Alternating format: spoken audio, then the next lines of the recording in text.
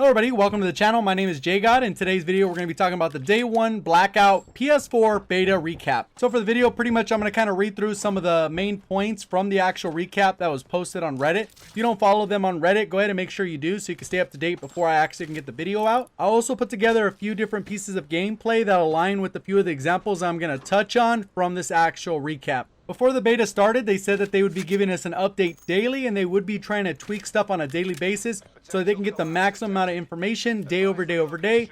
Obviously, the PlayStation users are the only one using it because of the exclusivity, but then as Friday rolls along, we'll have some PC updates as well as Xbox. So every day there should be something new and something changing. So if at any point you do enjoy the video, remember to hit that like button. And if you're brand new to the channel, I typically cover Call of Duty news, in-game updates, best class setups, subscriber breakdowns, as well as other tip and trick videos. If any of that sounds interesting, make sure you subscribe and turn those notifications on so you can get these updates on a daily basis. So the first issue that they decided to address was item pickups. They basically said that overall, a lot of people were complaining and expressing feedback that it was a little too slow. And then they're going to make some adjustments to make the pickup speeds just a little bit faster without actually affecting any of the other mechanics that are involved. And then they also expressed that the PC players will have their own different way to set up hotkeys, which will make this a lot easier and streamlined for them. I think this is actually a perfect update that'll allow the game to speed up just a little bit during that looting phase right after you first land. So that's an awesome update. They also talk about addressing some issues with their quick equip menu. I know that's a little weird to say, but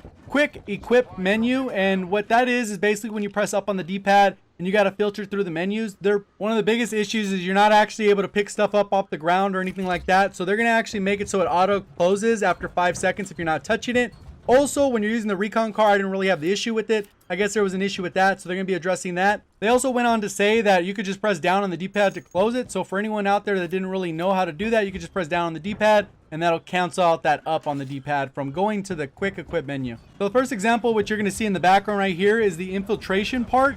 And it says to achieve maximum distance when dropping onto the map in the wingsuit, try to point straight down until you reach 60 meters per second. Then level out, pulling up past the horizontal position, which will cause your descent to slow. So with this simple mechanic, you can pretty much reach anywhere on the map, regardless of where the launch point starts from. So the example you can see in the background, I started at the top left. I pretty much did exactly what they said without these instructions. I hadn't read these yet. And then I actually go all the way to the lighthouse, which is in the lower left corner of the map. So I pretty much process from one end to the map to the other. So overall, that's pretty much how that mechanic works. So for the next mechanic I'm going to talk about is actually the weapon breakdown. And this was actually a pretty big issue, I think, and it's still an issue. And they're going to have to figure out a way to make this easier. Because the way that I'm going to show you in the actual gameplay, as well as the directions they give here, they do not solve the problem. I think if you drop a weapon with attachments, they should just all fall out on the ground, so that when you pick up the next weapon, you'll be able to immediately attach those right off the bat.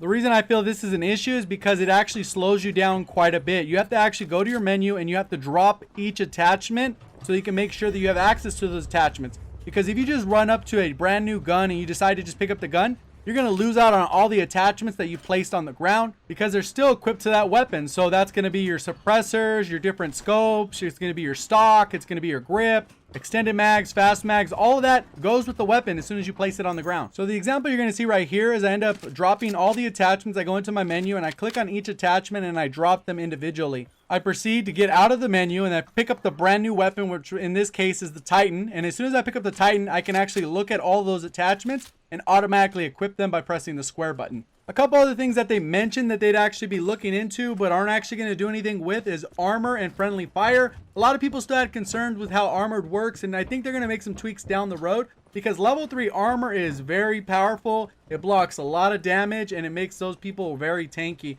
which is kind of the point of armor, but currently it feels like you're at too big of a disadvantage if you have level 1 armor and your opponent has level 3 armor. So I'm sure they'll make tweaks along the way, but right now they're just looking at data. The other part was friendly fire. They said that there are instances where people try to troll, kill their teammates. So they're going to look into that, see if that needs to maintain, because obviously there's scenarios where you don't really want to crossfire and those are legitimate reasons. And they're going to look at the stats of every player. And if, let's say that the average player has team kill of like 0.5% and somebody else has a 5%, team kill ratio, they're automatically going to have an issue with those types of players. And maybe they'll ban them from matchmaking in duos and quads. So they'll basically have to party up with friends or just play solo. And that wraps it up for the day 1 recap. So if you have any questions, go ahead and leave it down in the comment section below. If you did enjoy the video, remember to hit that like button. I do have a goal of 300 likes on this video, so hopefully you can get me over that threshold. If you're brand new to the channel, go ahead and hit that subscribe button and turn on notifications so you don't miss out on any of these future videos. Thank you for watching, and as always, have a great day.